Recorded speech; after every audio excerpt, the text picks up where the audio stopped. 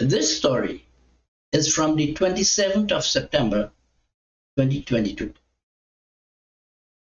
If you are following religious ceremonies, you will see that this time is significant. Rituals, arts, and songs are mediums for carrying stories. But if the words and expressions are in a foreign language, all you get are the representations. Examine the words and the origin and implication of the words, and use that as a plan to present your own personal stories. I'm talking about the stories we live with, where I will go, what I will do, how I will do it, what I will get, what I will make.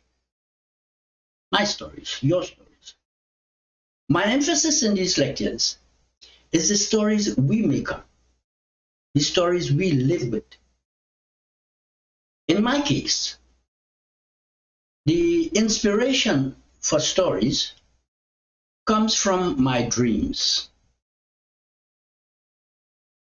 Now, today I dreamt, I awoke, and it was like the beginning of the week. And I was home alone all weekend. But I just woke up, and my hands and my feet feels like they are battered and bruised, like I was in a train wreck, something like that. And my parents came home and wondered, what did I do this weekend? And I said, I don't know. Like I was in a coma. I didn't see, nothing happened. And the shape I was in, I expected my parents to take care of me somehow. But my mother said, oh, my father just came home, he's tired, he's going to rest. My mother is just walking around like she doesn't see that I am in bad shape. So I went outside for a walk outside the house. I came back in and I met a young girl there.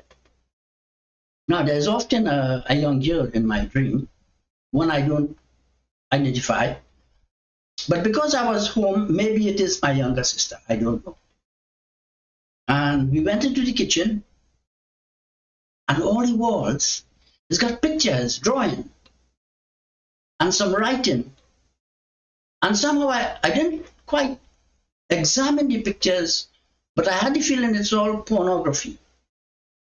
And my parents want to know who was here, what happened, who did this. But there was some writings on the walls also.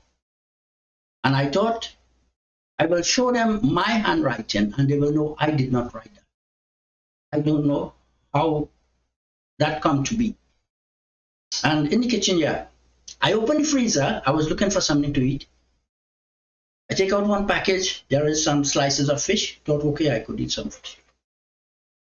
And then I opened another package, and there was 3 fish, whole fish, alive.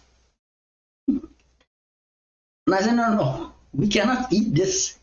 I wrapped it and I put it back in the fridge, in the freezer. And I wake up with that.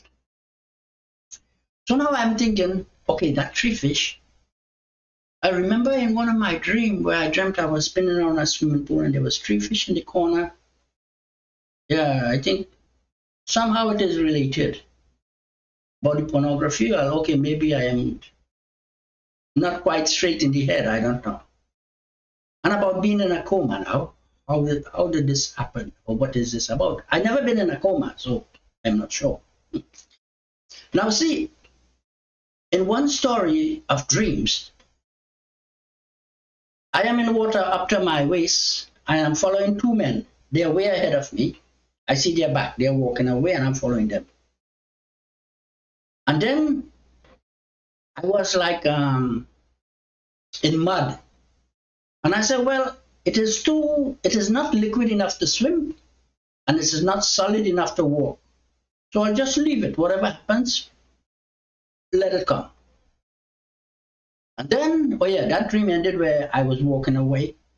There was a young girl, following me, and I held her hand and I rubbed whatever I had on my hands onto her hands. That dream ended with that.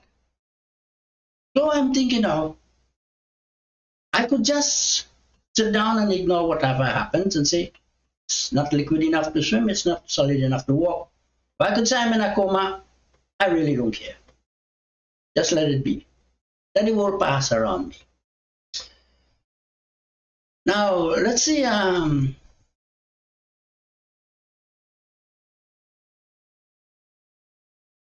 this is the situation we are coming to. So when we are old or we retire, we decide to give up everything. From this, where it is neither liquid nor solid, and where it is from a darkness that I come out, like from a coma, from here we arise and we return. But if we decide not to engage in the world, how do we maintain ourselves? This is where we come into like meditation and yoga and all this kind of thing. Now we're talking about being as if detached from the world, right? See, an object comes and it becomes, and we say that is becoming. And so there is desire, and out of this desire we reach out. Now the objects come in one form. Everything has form. How do it exist, right?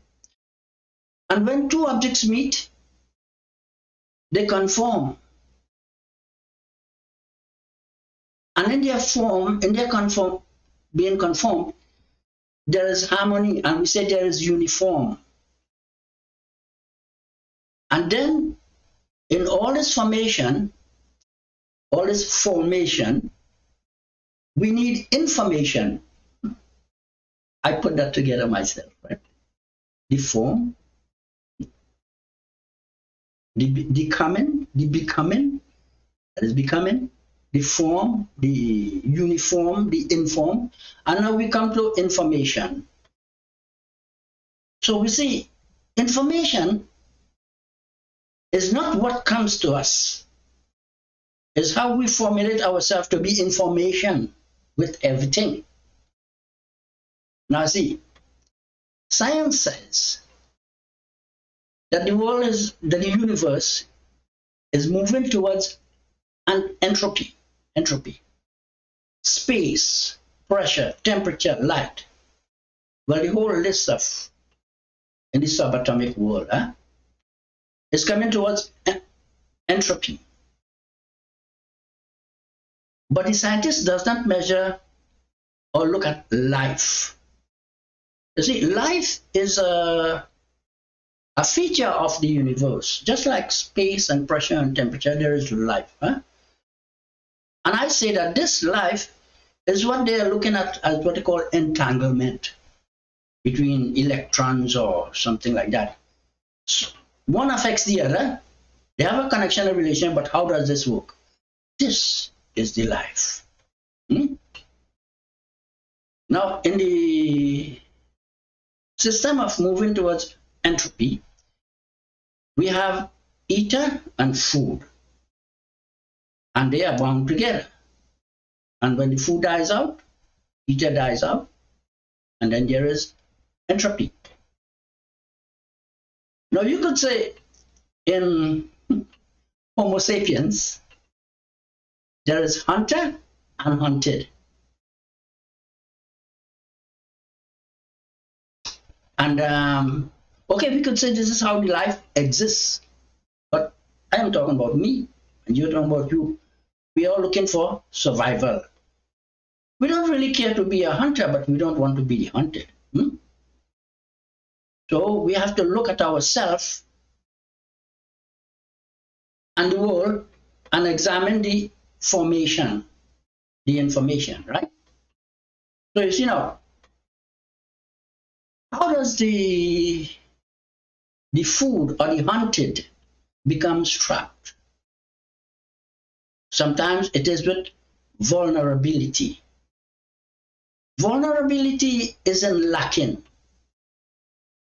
And so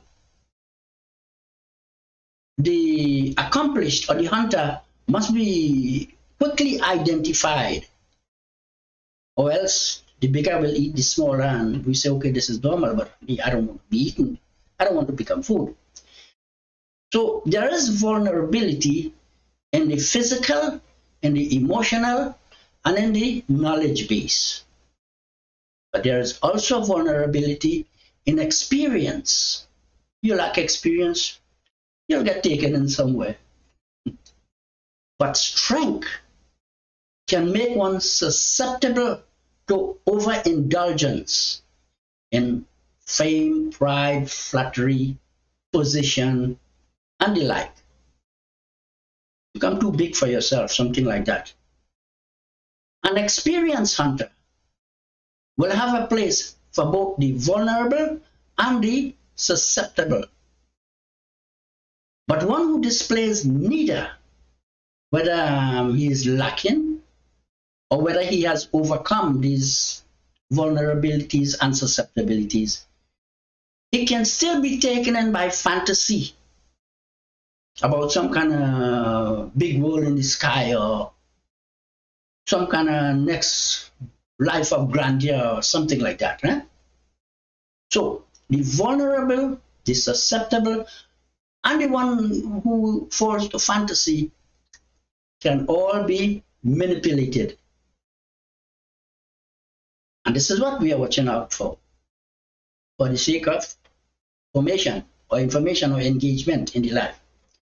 Therefore, and this is where we come into the meditation and yoga, therefore we exercise restraint, patience, forgiveness, ourselves and others, it doesn't matter. And we call this invisibility, because what we present is what the world will see. So we call this invisibility. We call it compassion, humility, and all those virtuous words. So when you sit down there, see who you are, how you are, what you're after. This is the story you are making up. Whether to engage or disengage from the world. Not to be out of the life, but for the sake of maintaining sanity, at least for a little bit. I am Aten Raj Indra Nath, interpreter.